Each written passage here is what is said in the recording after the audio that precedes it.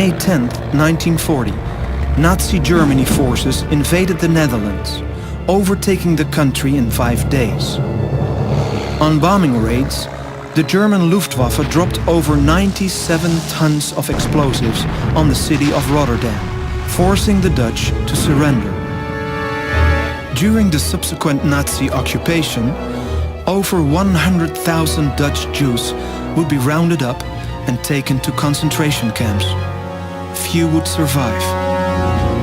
In the face of these horrors, and at the threat of losing their own liberty, an elderly father and his 2 daughters risk everything to save the lives of these persecuted people.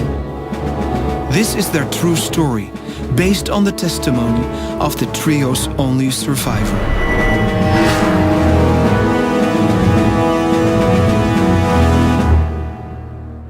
The youngest of 4 children, Corrie Ten Boom, was born in the Netherlands in 1892 to Casper and Cornelia, both dedicated Christians.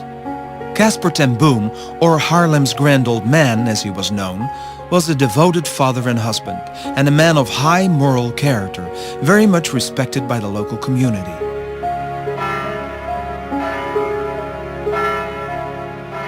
This is the city of Haarlem, located in the Netherlands. It's the capital of the province of North Holland. This is also the city where Corrie Ten Boom grew up. In fact, we're standing in front of her house, and it's a typical Dutch house. It's tall and narrow. The bottom floor served as a watch shop. That was the family-run business.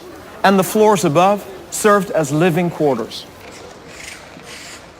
The Ten Booms were a very dedicated Christian family, with their values and norms firmly rooted in the Bible. Father read every day from the Bible, and they had prayer. They also had varying translations of the Bible, which they shared together, French, German, somebody even had a Hebrew one, I think. And the Bible was strongly a part of their life, and they lived by it. The house, or Beje, as they like to call the house, served them well when it was just 2 parents and 4 children. But when the elderly aunts moved in with them, they needed more space. So Father Ten Boom bought the house next door. But the problem was the levels didn't match. The original house where they lived was built in the 1600s. The house that they purchased was built in the 1400s, and it was only 2 stories, and it faced the other way, and it had a space between it, an alleyway, which he closed in, pulled down the 2 inner walls, built a spiral sort of staircase, and joined the houses. And the interesting thing about that was that they're on different levels. The house with the watch shop, the Beje house, the original one, had the 3 floors, and the other house had only 2 floors. So it fools me to this day, because you never quite know which landing you're on and which house you're in. As you can see, the different levels made for a very odd house, a peculiarity that played an important role in the clandestine work the family would later on undertake. Corrie's life was a happy one.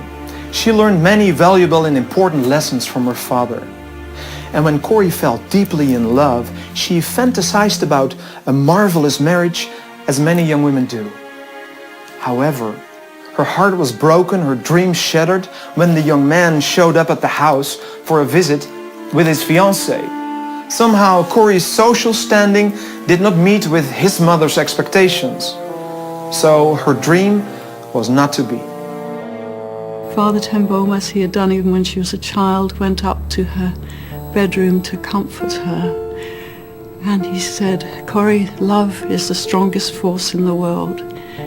And when it is taken away, it hurts very deeply. And the important thing to do is to find another channel through which love can travel." It was as if my heart was broken that moment.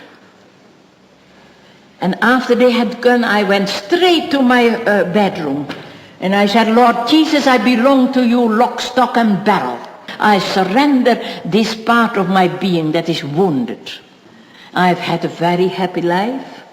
And Jesus has taken care so for me that I have never become a frustrated old spinster.